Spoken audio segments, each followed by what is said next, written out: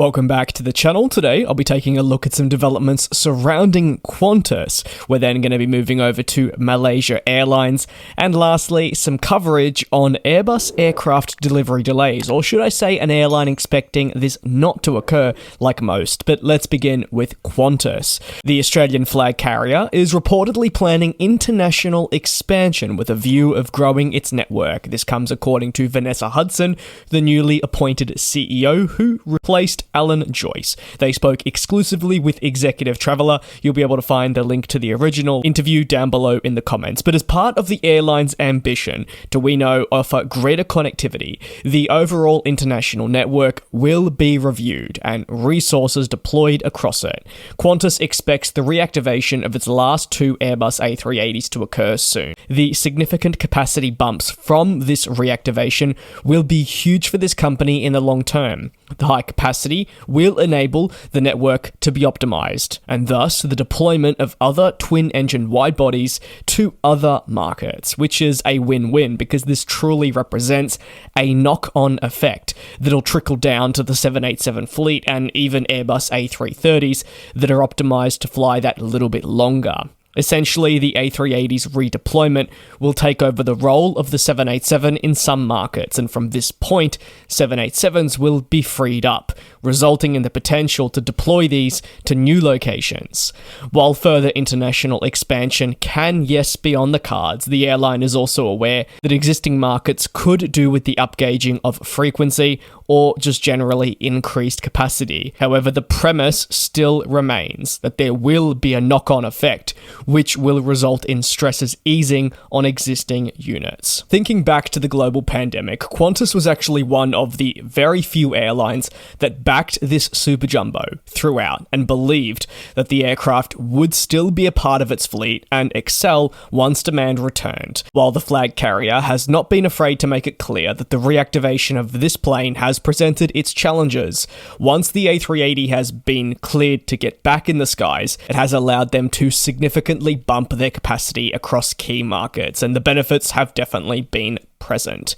Qantas does have a success plan in place for the A380 fleet, believing that the next-gen A350-1000 is the best solution to act as a replacement from the early to mid-2030s. However, this still gives the aircraft plenty of time to thrive and alleviate pressures on existing wide-body types while it awaits new deliveries.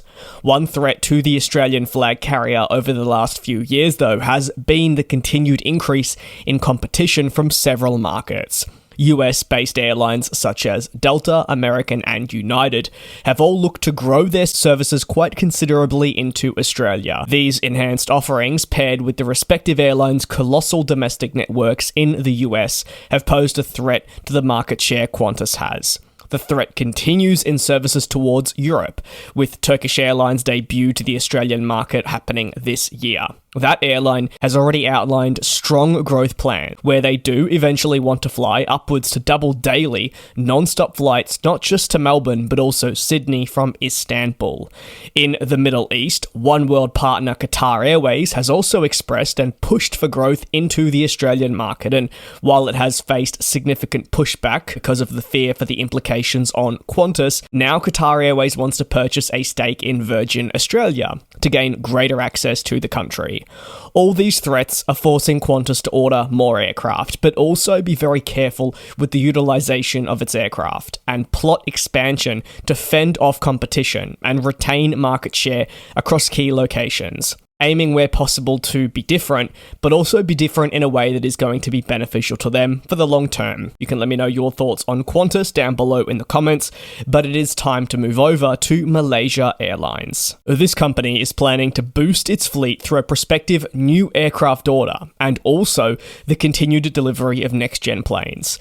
They say they will take delivery of up to 7 Boeing 737 MAX jets in the next few months, all of which will be for the middle ground Dash 8 variant. significant. Thanks to these latest deliveries, they hope to have 11 MAX planes in their fleet by year's end. These are tentative forecasts, but the expectations do come thanks to revised forecasting and delivery timeframes presented to them from the plane maker in Boeing, which we have to realize is also behind in producing and delivering this aircraft type among many others to customers.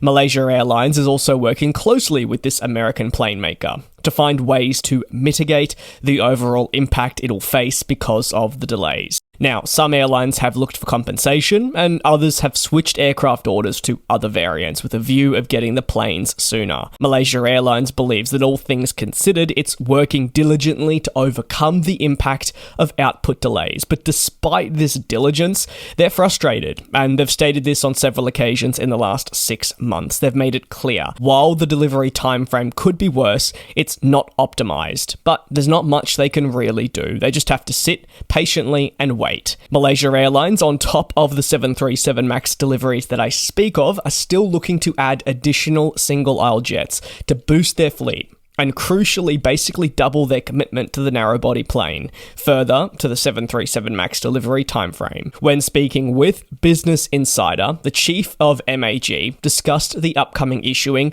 for a request for proposal. This is something we've known to be the case for some time, but that official RFP is expected to be launched towards the conclusion of this calendar year tentatively, as they continue to not just review performance internally, but they also need to look at market demand, see where these planes could be deployed, what planes are going to be best suitable for them, and everything else that goes into just putting forward an RFP before a formal decision is made.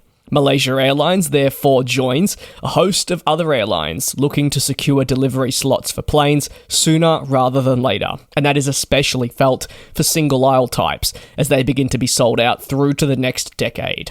Adding other aircraft already on order, such as the upcoming A330neo, which will commence scheduled passenger flights with them very shortly, is an important step in the right direction. While these commitments to wide bodies do exist, the company believes a new purchase for single-aisle planes would be the way forward for them. On to the final story, and Saudia, the group, doesn't expect delivery delays to be a factor that they'll need to consider as they prepare to welcome over 100 new Airbus aircraft. And as reported by Reuters and then later confirmed by an executive, deliveries from the European plane maker are actually set to remain on schedule. Now, this is a group that has committed to over 100 single-aisle planes from Airbus to help propel it forward. While the group intends on deploying these planes across companies that crawl the group home, the order and prospective ones are all part of a bid to increase tourism, with aviation being at the heart of that, with hopeful economic benefits to follow. From orders such as what I'm talking about to the upcoming launch of Riyadh Air, the ambition in this region is clear.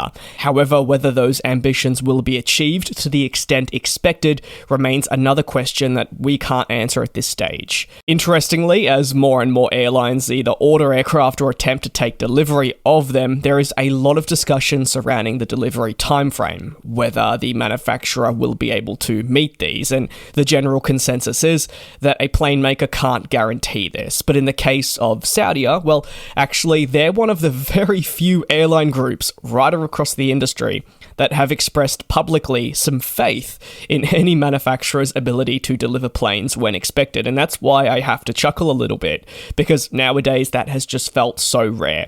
They state that while delays have profound impacts on companies, they believe that they have optimally selected a delivery schedule that Airbus will, and this is a key part, will be able to adhere to. Time will only tell on that front, but it is obviously nice to see a bit of confidence rather than continued negativity. That negativity, though, definitely understandable. That is going to conclude today's aviation news recap. Thank you very much for your support here on the channel and getting things back underway of normality, if you will, following the conclusion of the Farnborough Air Show. See you next time, same place, same time, for another aviation recap. And we'll fly.